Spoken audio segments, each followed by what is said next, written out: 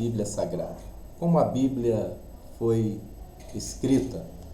A live Lendo e Explicando a Bíblia Sagrada hoje vai explicar isso. Nós vamos ler segunda carta do apóstolo Pedro, capítulo 1.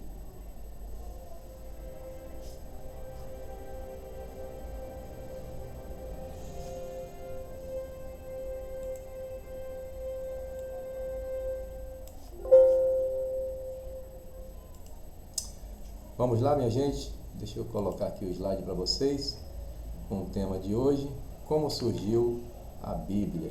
Vamos que vamos. Glória a Jesus. Senhor, abençoe a cidade de Jerusalém, abençoe a nação de Israel, que haja paz sobre Jerusalém, a cidade do grande rei, a cidade amada. Nós oramos em nome de Jesus. Amém. Glória a Deus. Como surgiu a Bíblia? Algumas pessoas fazem essa pergunta, existem muitas especulações na internet, mas vamos ver, conforme a palavra de Deus, como a Bíblia de fato surgiu. Simão Pedro, servo e apóstolo de Jesus Cristo, aos que conosco alcançaram igualmente preciosa pela justiça do nosso Deus e Salvador, Jesus Cristo. Simão Pedro, servo e apóstolo de Jesus Cristo, aos que conosco alcançaram fé igualmente preciosa pela justiça de nosso Senhor e Salvador Jesus Cristo. Os apóstolos gostavam muito de se denominar servos. Vemos Pedro aqui colocando o servo na frente. Paulo também, no começo ele falava Paulo, apóstolo, doutor e mestre, e no final ele foi mudando esse discurso também, colocando servo de Jesus Cristo, o menor dos apóstolos e etc. Nós temos na carta de Tiago fala Tiago, apóstolo de Jesus Cristo, mas o Judas é mais humilde ainda, e Judas diz: Judas, servo de Jesus Cristo, irmão de Tiago. Ele nem ousa dizer que é irmão do Senhor, para não ter muito peso e, de certa forma, alguém achar que ele estava se exaltando. Mas o Judas, que nós vamos ler depois de Pedro, nós vamos para o Antigo Testamento, depois vamos ler Judas, é também irmão do Senhor Jesus e chama servo de Jesus Cristo. Graça e paz vos sejam multiplicadas pelo conhecimento de Deus e do Senhor e de Jesus nosso Senhor, visto como o seu divino poder nos deu tudo o que diz respeito à vida e piedade, pelo conhecimento daquele que nos chamou pela sua glória e virtude. Ele está apresentando as características do Senhor, fala de piedade. Piedade é a qualidade daquele que é pio, daquele que ora, daquele que jejua, daquele que busca ao Senhor, pelas quais ele nos tem dado grandíssimas e preciosas promessas, para que por elas, ou seja, por essas promessas, fiqueis participantes da natureza divina, havendo escapado da corrupção que pela concupiscência há no mundo. E vós também, pondo nisto mesmo toda a diligência, acrescentai à vossa fé a virtude, e à virtude ciência ou conhecimento. Veja que no versículo 1 ele falou de fé preciosa. Aí aqui ele está mandando acrescentar à fé, que é preciosa, essa virtude e conhecimento. E ao conhecimento, a ciência, temperança. E a temperança, paciência. E a paciência, piedade.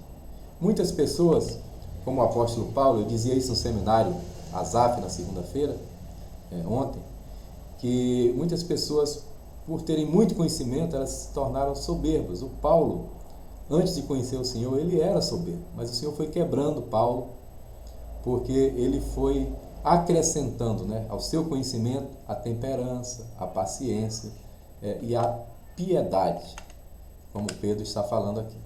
E a piedade é amor fraternal, ou seja, você vai ter aquela bagagem toda, mas você é alguém humilde e que se confraterniza com todos os irmãos, independente da classe social que ele seja.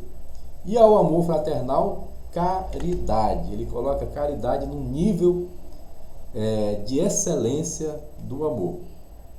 Ele já falou que é amor fraternal, mas há o amor fraternal à caridade. Então está colocando caridade aqui como algo assim, ainda acima, né, do simples dizer eu te amo. É algo que exige obras. Porque se em vós houver e abundarem estas coisas, ou seja, o amor, a caridade, a paciência, não vos deixarão ociosos nem estéreis no conhecimento de nosso Senhor Jesus Cristo. Pois aquele em quem não há estas coisas é cego, nada vendo ao longe, havendo-se esquecido da purificação dos seus antigos pecados. Portanto, irmãos, procurai fazer cada vez mais firme a vossa vocação e eleição. Vocação, chamado, e eleição, chamado para a salvação. Porque fazendo isto, nunca jamais tropeçareis. Repetindo, vocação, chamado ministerial. Eleição é o chamado para todos, para a salvação. Porque assim vos será amplamente concedida a entrada no reino eterno de nosso Senhor e Salvador Jesus Cristo. Por isso, não deixarei de exortar-vos sempre acerca destas coisas, ainda que bem as saibais e estejais confirmados na presente verdade. E tenho por justo, enquanto estiver neste tabernáculo, Pedro usa essa expressão, né?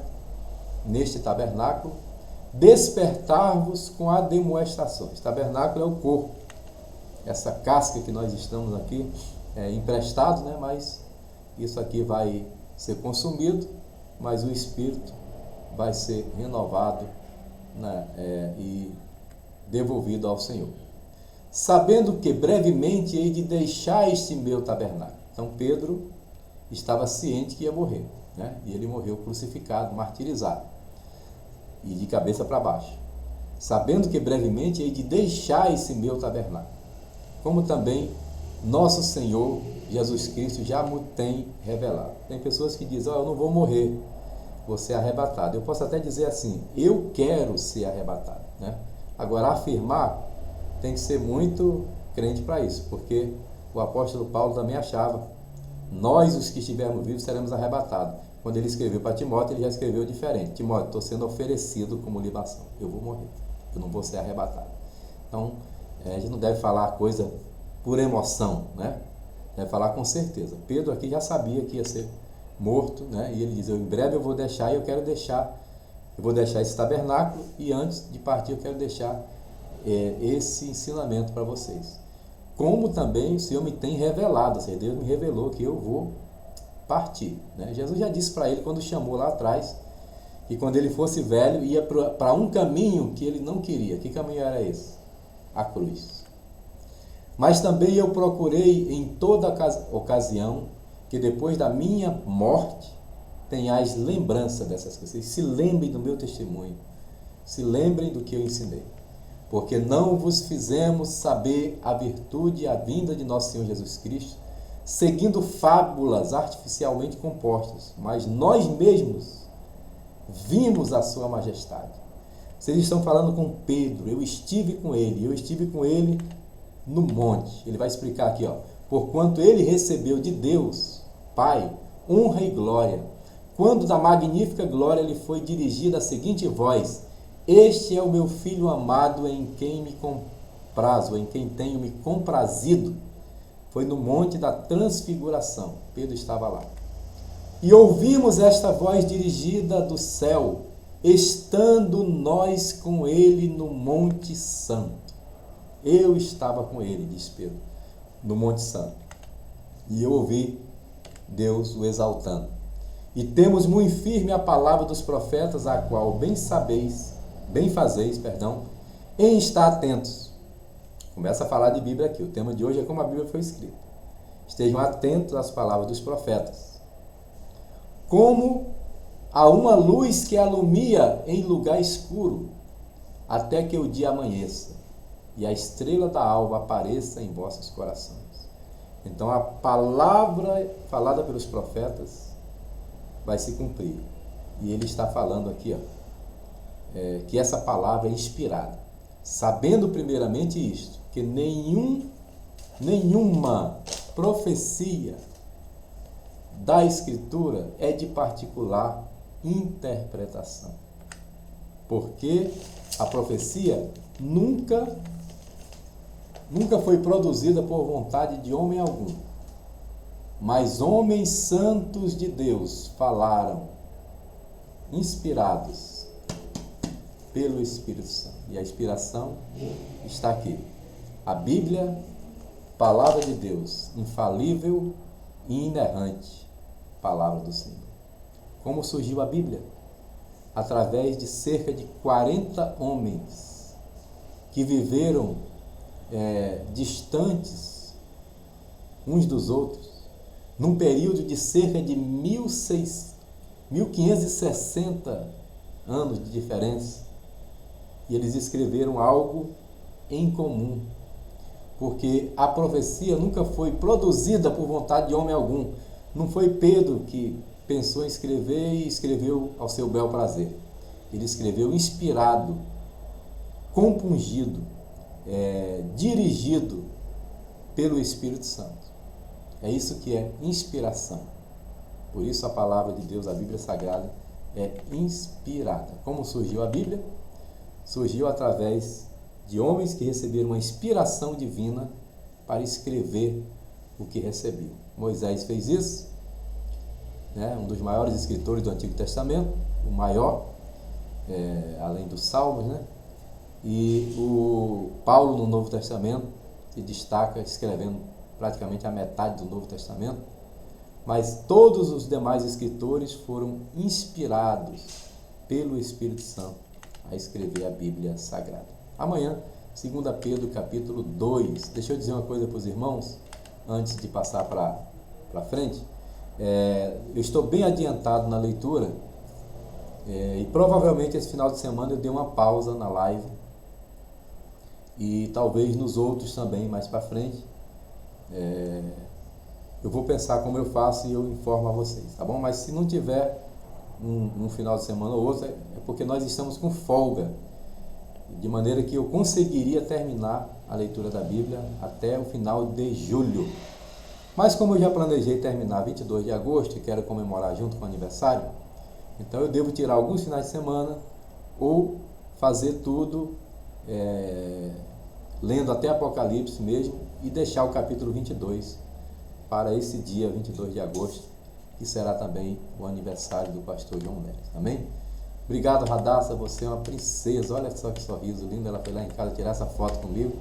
E nós estamos agora com 7.756 inscritos, chegando, se Deus quiser, até o final de semana aos 8.000.